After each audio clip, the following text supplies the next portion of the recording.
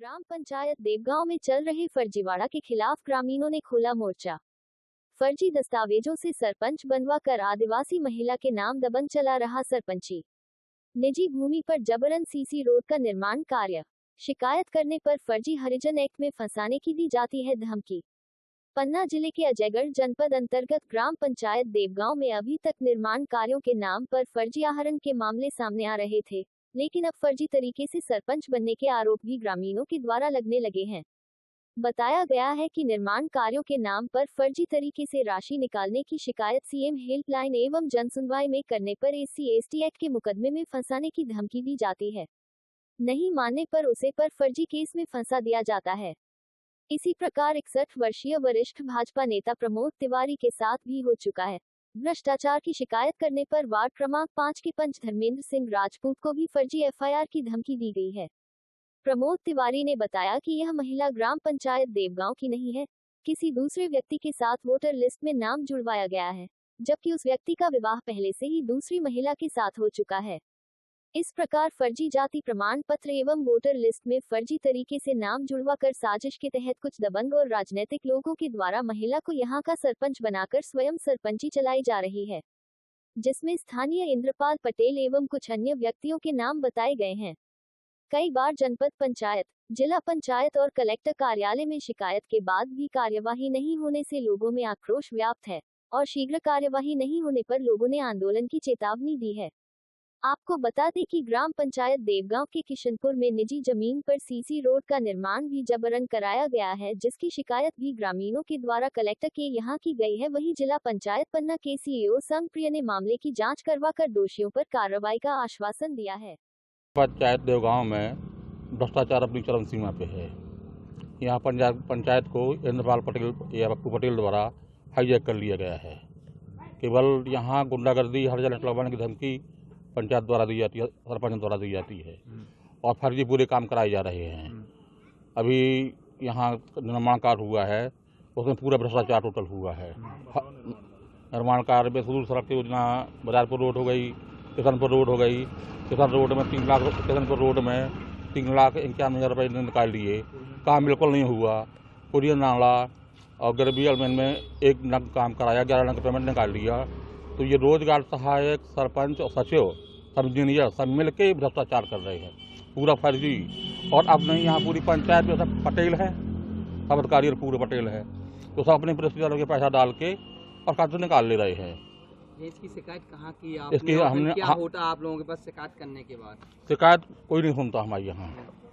Block CEO को शिकायत दी, 23/10 को शिकायत दी, 24 को, उन्होंने तो कोई कार्रवाई नहीं की। जिला पंचायत में दी है, कोई कार्रवाई नहीं हो रही है। तो ये भ्रष्टाचार कमीशन सब हर जगह शेयर हो गया है। हेल्पलाइन भी लगाई गई। हेल्पलाइन, हाँ, 181 लगाई, कोई कार्रवाई नहीं हुई, और कई लगाई 181, कोई कार्रवाई आज तक नहीं हुई है। अच्छा, धमकाया भी आता कुछ है? हाँ बिल्कुल, सरपंच द्वारा ये कहा जाता है पंचों से कि अगर आपने हमारी शिकायत की तो हम लगवा देंगे, अर्जेंट लगवा देंगे, और हमारे पर लगवाया भी गया है। फर्ज लगवाया गया है, कहीं ना कहीं हरिजन एक्ट, हाँ कहीं ना कहीं है सही उसकी। क्या चाहते हैं आप लोग? कार्रवाई हो और ये जो फर्जी इसका जांच प्रमाण बना, इसकी जांच हो। ये आदिवासी है ही नहीं है, ये न्याय मिले जनता को। जनता पूरी परेशान है। केवल इनके जो पप्पू पटेल द्वारा जो पंचायत हाईजैक कर ली गई, ये इनके दरवाजे में सीट डली है, इनके भाई के दरवाजे सीट डली है, और कोई काम नहीं कुछ हो रहा है। ठेके पे पंचायत चल रही पूरी टोटल। तो अब क्या करेंगे गांव के लोग? आवेदन दिया है और हम अपने ग्राम पंचायत देवगांव से पंच पद पर सदस्य हैं, वार्ड नंबर 5 से, और हम कलेक्टर साहब के यहाँ आवेदन देने गए थे सुदूर सड़क निर्माण का। तो उसमें जो है कोई अभी तक कोई कानूनी कार्रवाई नहीं हुई है, ना कोई जांच के लिए कोई आया है। और हमारे गांव में ऐसे कई काम हैं।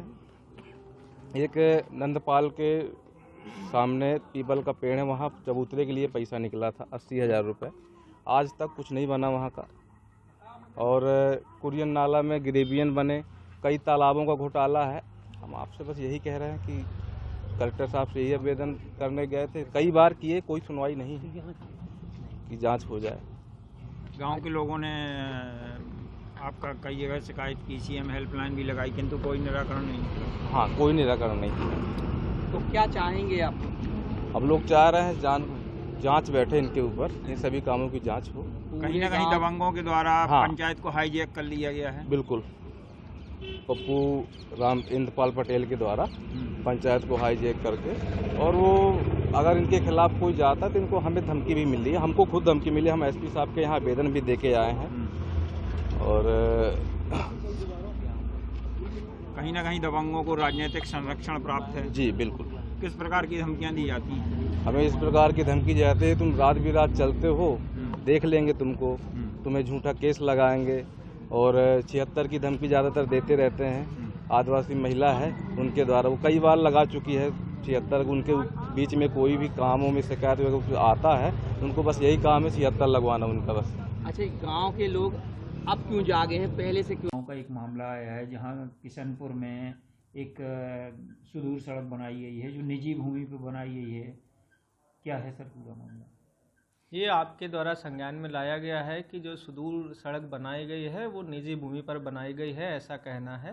तो इसके संबंध में जो संबंधित क्षेत्र के उपयंत्री हैं और सहायक यंत्री हैं, उनको ये तथ्य बताए जाकर जानकारी रिपोर्ट मंगाई जाएगी कि क्या निजी भूमि पर बनाई गई है, तो क्या उनसे दान पत्र कराए जाकर सहमति ली गई है या नहीं। उसके बाद रिपोर्ट के आधार पर आगामी कार्यवाही की जाएगी।